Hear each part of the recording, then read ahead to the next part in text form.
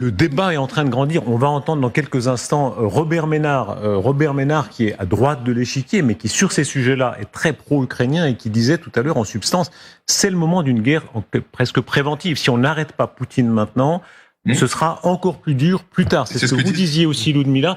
Est-ce que c'est ce que vous partagez, Xavier Titelman ? Mais c'est une certitude.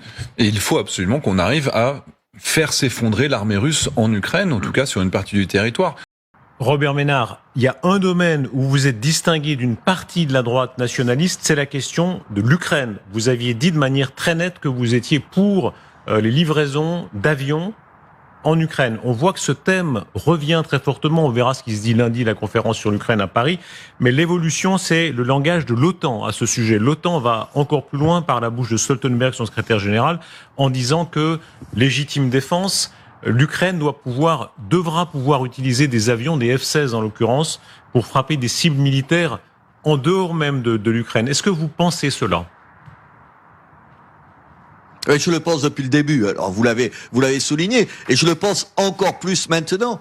J'entends une petite musique là, 2 ans après le début de la guerre en Ukraine. Vous savez, finalement, est-ce qu'on a bien raison ? Est-ce qu'on pourrait pas se mettre en retrait et tout ? Mais c'est fou de dire ça. C'est d'abord abominablement dégueulasse par rapport aux Ukrainiens qui meurent par dizaines ou centaines de milliers pour se battre, pour défendre leur pays. Et puis c'est stupide parce que si un de ces hommes politiques qui disent oui aujourd'hui, attention par rapport à ce qu'on doit faire, le soutien qu'on doit apporter à l'Ukraine, un de ces hommes politiques pense d'une naïveté qui frôle la bêtise que M. Poutine va s'arrêter si demain il gagnait en Ukraine, mais on se met le doigt dans l'œil. Attendez, je vais pas faire d'anachronisme, je déteste ça, je vais pas nous rappeler les années 30, mais quand même, la lâcheté et l'appel à la paix systématiquement. Les lâches, en général, ils appellent à la paix. Lâcheté et pacifiste, souvent, c'est à peu près la même chose. Attendez, c'est suicidaire. Et je suis inquiet parce que j'entends cette petite musique,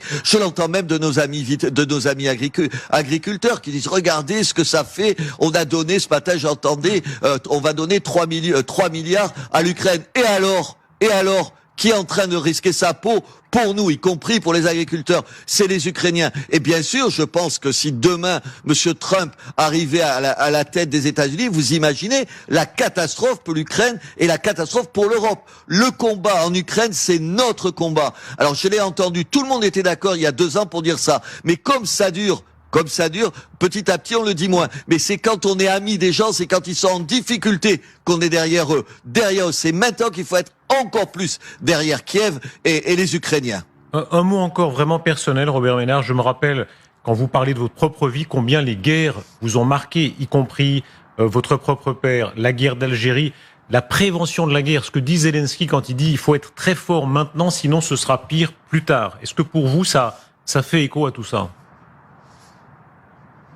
Absolument.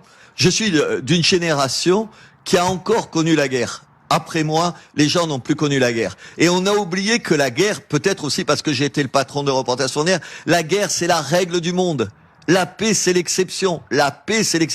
Nous, on a cru que c'était fini, que la paix, c'était la règle et que chez nous, la guerre, ça n'avait pas lieu d'être et ça n'arriverait pas. Aujourd'hui, si on n'a pas compris que M. Poutine est un dictateur qui ne rêve que de mettre le feu à l'Europe. Le feu à l'Europe, c'est qu'on comprend rien. Et on peut le payer très, très chèrement. Alors surtout, il faut être aujourd'hui, encore une fois, avec nos amis ukrainiens. Ici, j'en ai accueilli presque 300 d'Ukrainiens. Et je suis prêt à le refaire parce qu'on a besoin d'eux.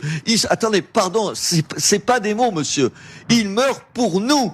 Ils meurent pas seulement pour leur pays, ils meurent pour nous. Et nous, on va leur mégoter notre aide militaire, notre aide financière, et on va faire tout un plat, parce que oui, on leur a donné, on va encore leur donner 3 milliards d'euros. Il a eu raison, Monsieur Macron, de dire ça. Je l'applaudis. Merci beaucoup, Robert Ménard. Merci d'avoir été notre invité.